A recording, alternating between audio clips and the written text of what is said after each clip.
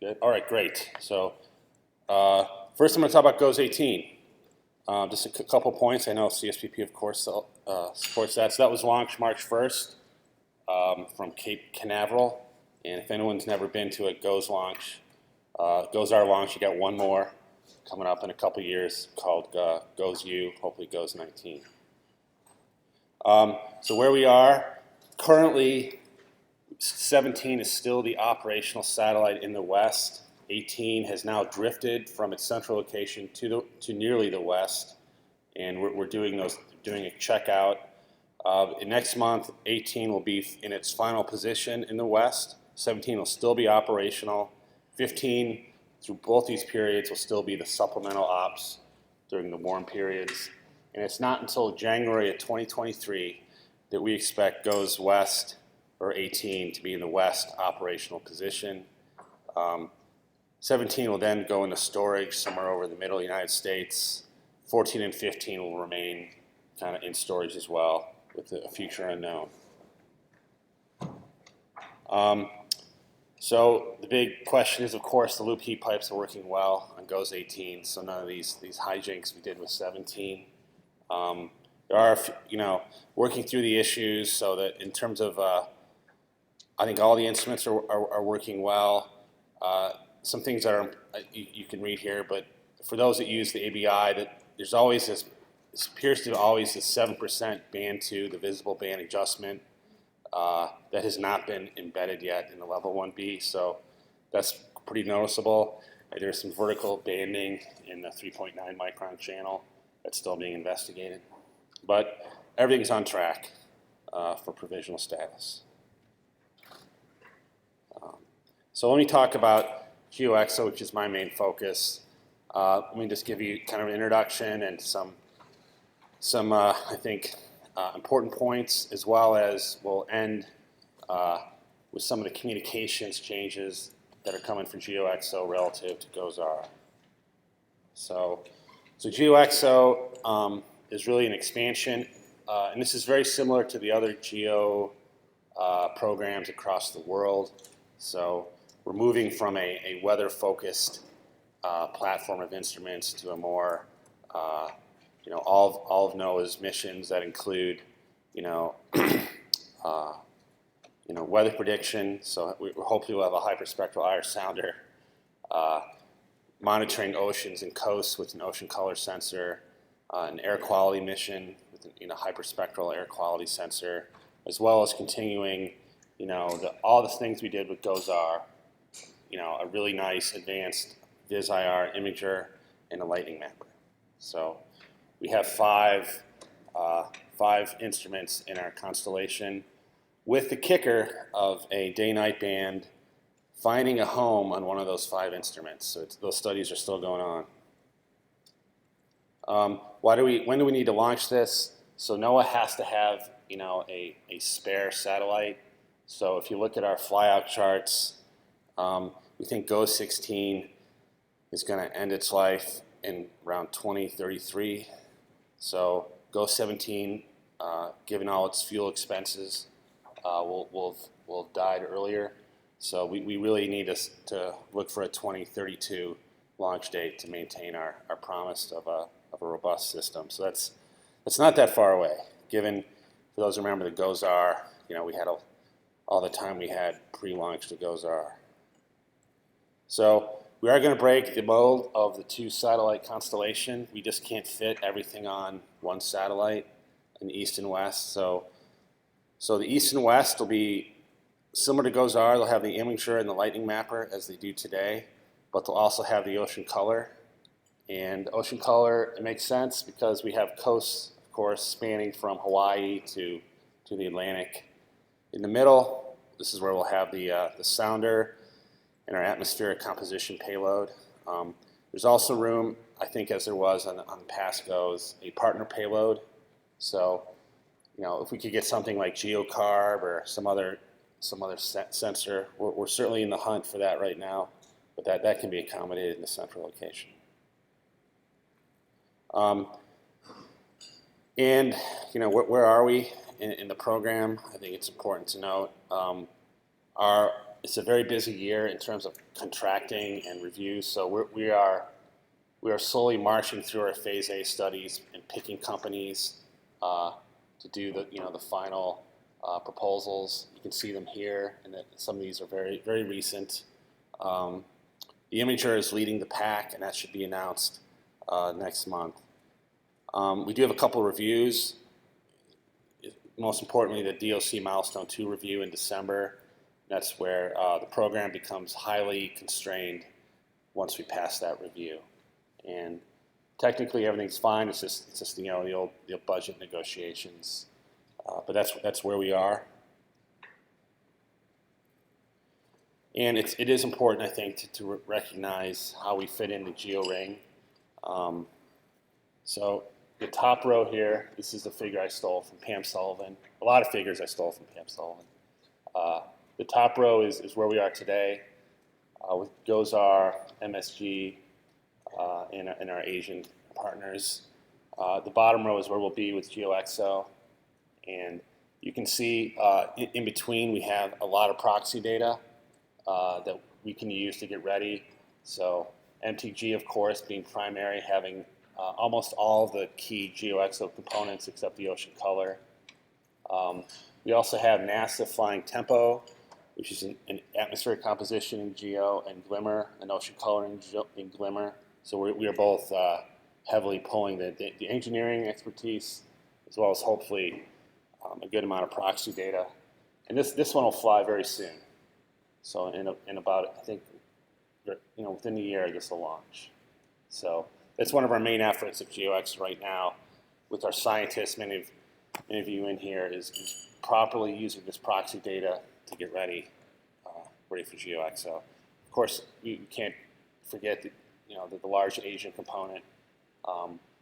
NOAA can't use the Chinese sounder, but I know a lot of that work's being done here at SIMS.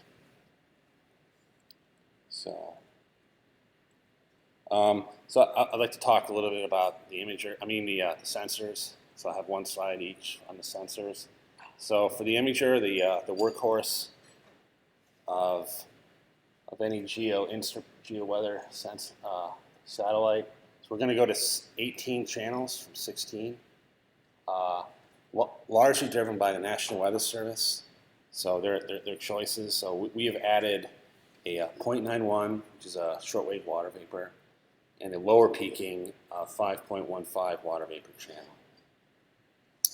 In addition, there's just a general march towards finer resolutions. You'll see that we have, most importantly, a 0.25 kilometer visible channel, which is sort of amazing. That's VIIRS-like or finer than VIIRS-like resolution.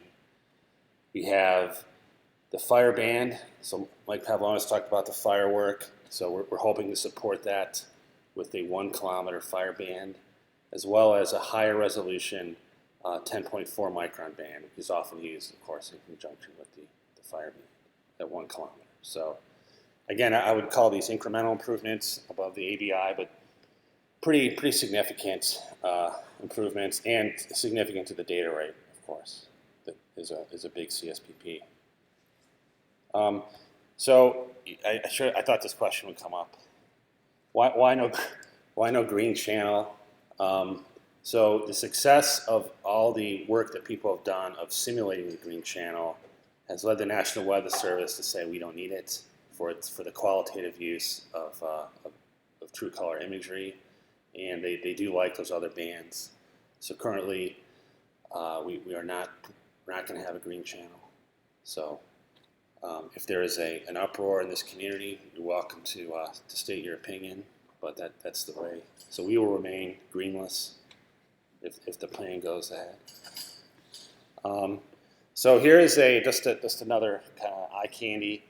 Here's Nantucket Island, which is off of Massachusetts at about our latitude here. Here's a Landsat image on the left. Here's ABI at half a kilometer, and what Nantucket would look like at 0.25 kilometers. So we make these scenes to test out the contractors' algorithms to make sure that they work, but they're also nice to look at. I'll also point out too, is like Matt mentioned, the finer we go at GEO, the higher north we can get useful imagery and applications. So I think this will push us further north as well for tracking ice and things like that. In addition, here is a nice simulation I think Sierra made with to simulate what the GeoXO 1 kilometer fire channel will look like. I think this was used in the fire tabletop. But on the left, you see the GEO 17 2 kilometer fire channel. And on the right, it's a simulated 1 kilometer fire channel.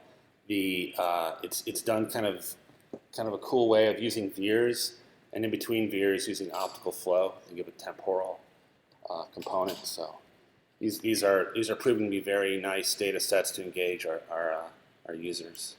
So that's one of our big improvements.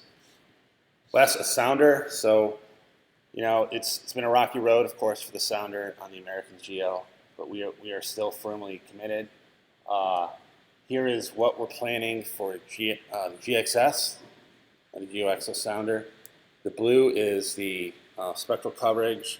So we shifted a little bit from the MTG IRS, both to longer and shorter wavelengths. This was done in discussion with our air quality team, as well as people in the temperature and moisture profile community. So we very similar, it was 4 kilometer, very similar spectral resolution as well to MTG IRS. So we're looking very much forward to that as a proxy data. Ocean color is a little interesting.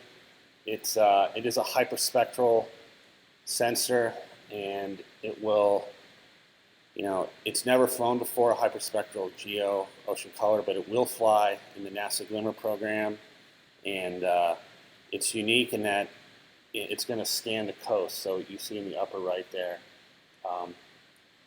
it has to scan every 3 hours, but we think it can scan more. But it'll provide hyperspectral at 300 meters, which is a relatively fine resolution, scanning of all the coastal areas of interest within the GOES view.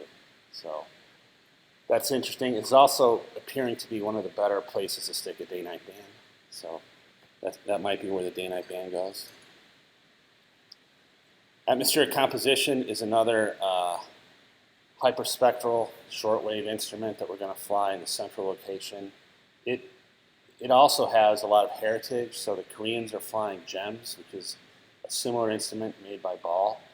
And as I said, NASA will fly the Tempo instrument soon. So there should be a strong heritage in both technically and in the use of it. So I don't really have a picture of its coverage, but one thing that's I think neat, and is true of many of this platform, is the synergy. So certainly, the UV vis spectrometer will provide those gases listed here, but in conjunction with the sounder, providing a profile information, as well as the aerosol information from the GXI and fire, as you know. I think we're going to have a very strong and new atmospheric composition over the U.S. at hourly time scales. So that'll be very exciting. And again, Greg Frost from OER makes such compelling graphics. It's hard not to show that. But again, this should be the game changer. So we've had polar, but there's such a big diurnal cycle in human emissions and industrial emissions and fires and things. So really think this will be a really exciting avenue for growth of having GEO observations. And this is true, of course, for ocean color and the sounder as well.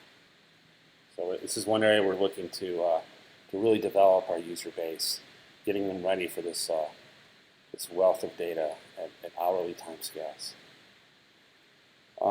So I don't know how I'm doing on time. What? Lots of time. Okay.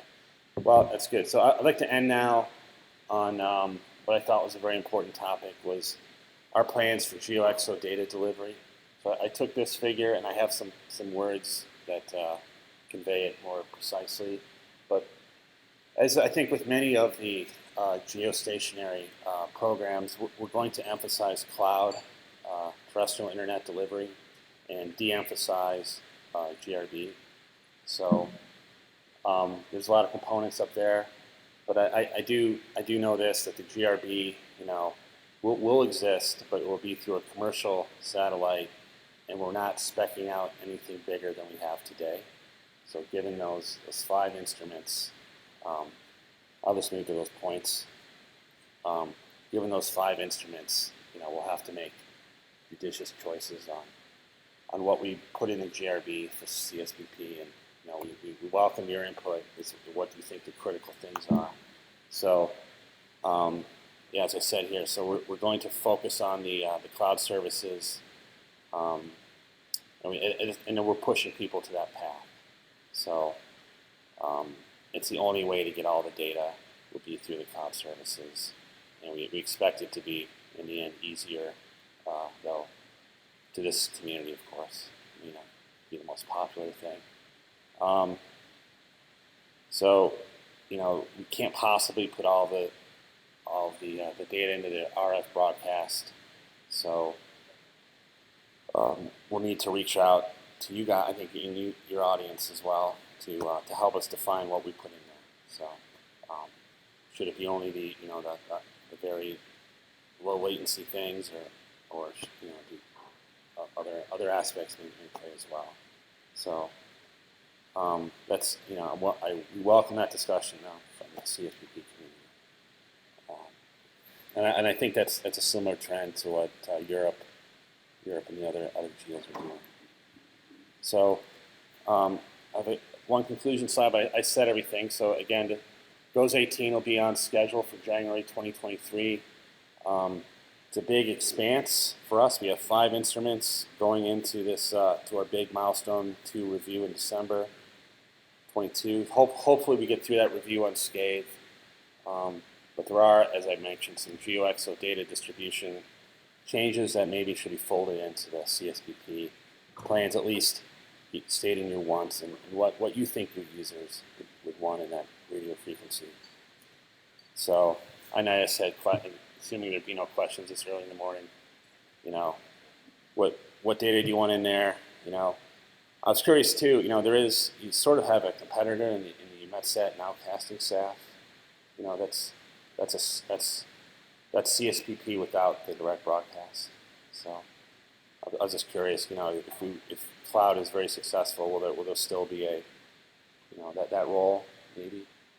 And we are very interested. I know CSPP LEO does everything.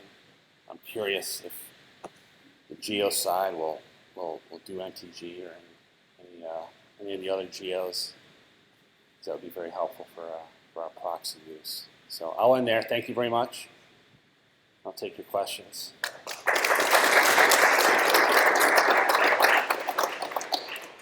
Great. Is this working? Sorry. Any questions for Andy?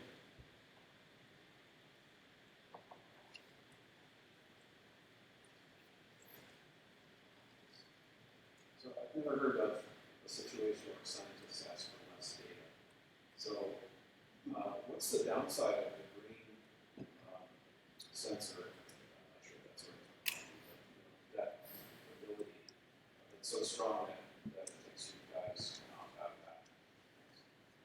that. Yeah, well, it's not less data; it's just different data. So we had to choose. We added 2 more channels, and we had to choose between the channels. The green band is primarily used for true color imagery, and techniques have been developed over the years to simulate that from the channels on ABI so successfully. National Weather Service didn't want to give up a new channel to get, an unnoticeable improvement in true color. So that's fine. Other questions?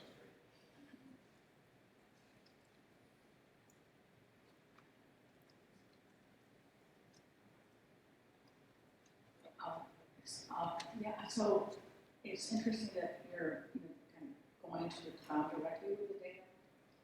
I'm wondering, so notice there seems to be clearly moving out, maybe ahead of some of the other flying officers about using the cloud to talk about the project. So can you talk to me how you're coordinating that with like weather service, wants to do it through the cloud, other parts of NOAA want their, how is that being coordinated? Is there something we should be preparing for there, or maybe you're already doing? Yeah, I'm probably not the best person in the program to speak of that, but there are a lot of activities, cloud pilot projects and cloud studies, and a lot is being done in the cloud now. So I know with the Weather Service, we have a very strong coordination, and it is, yeah, you're right. It is a big deal, and the costs, I don't think the costs are totally spec'd out, but yeah, Marie, I can put you in contact. I know we have people leading those projects. I can put you in contact with how that's working out. Thanks, Andy, for the presentation. Thank you. So, back on the question of the green, or the lack of a green band. So, in the discussion about adding another water vapor channel, was there any discussion about, without having an explicit green band at centered at 0.55 microns, are there any products that you're actually giving up the ability to make, like maybe an aerosol optical depth or something that actually requires a green band, and that maybe wasn't made on API because the green band wasn't there for historical reasons? Yeah, that is true. That's it is 0.55 is historically the reference optical depth wavelength of aerosol, but yeah, the aerosol team was part of that decision, and they did not think they needed it. There is of course an ocean color use of 5.5, but they're going to have their own instrument, so that they don't need it. So yeah, we went through that. It was a little before my time in that seat, but yeah, I think we did have a democratic vote, but the National Weather Service always wins in selecting imager channels. Any more questions for Andy? We do have a little bit of time. And you raised, so you're talking about a paradigm shift as far as data distribution, whereas now users can get GRB at all instruments at full resolution. In the future, it'll be constrained in some way, whether it's not all the instruments or it's at some reduced resolution, spatially, temporally. And so if users want full resolution, they're going to have to get their data from the cloud. There may be, I'm anticipating there will be some users that are not well served. They can't get their data by the cloud. I mean, the cloud is a new thing still to a lot of us, and some users will find their way to the cloud, and I suspect some will not. So I hope that there's some flexibility in that plan. What I anticipate is that there will continue to be a need for software packages like CSPP GEO, even for users working in the cloud. They're still going to need to process that data, manipulate it, make imagery, things like that. CSPP GEO supports data in standard format, regardless of where the user got it, whether it was from GRB or somewhere else. And I am encouraged to hear you talk about supporting other instruments. And I think that is the future too. So you'll have packages like NWP SAF and our packages supporting multiple instruments and maybe complementing each other in some way. So yeah, that's a discussion we should have. I hope you're going to stick around for the discussion today and tomorrow. I think that's a good thing to talk about, and I really want to hear what users think about that.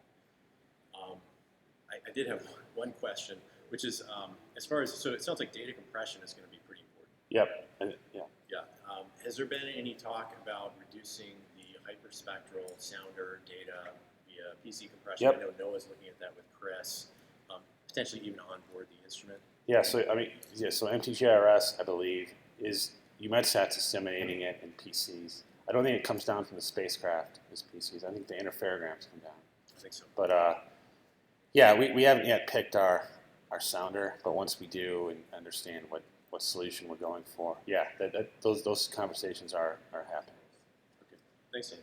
Sure.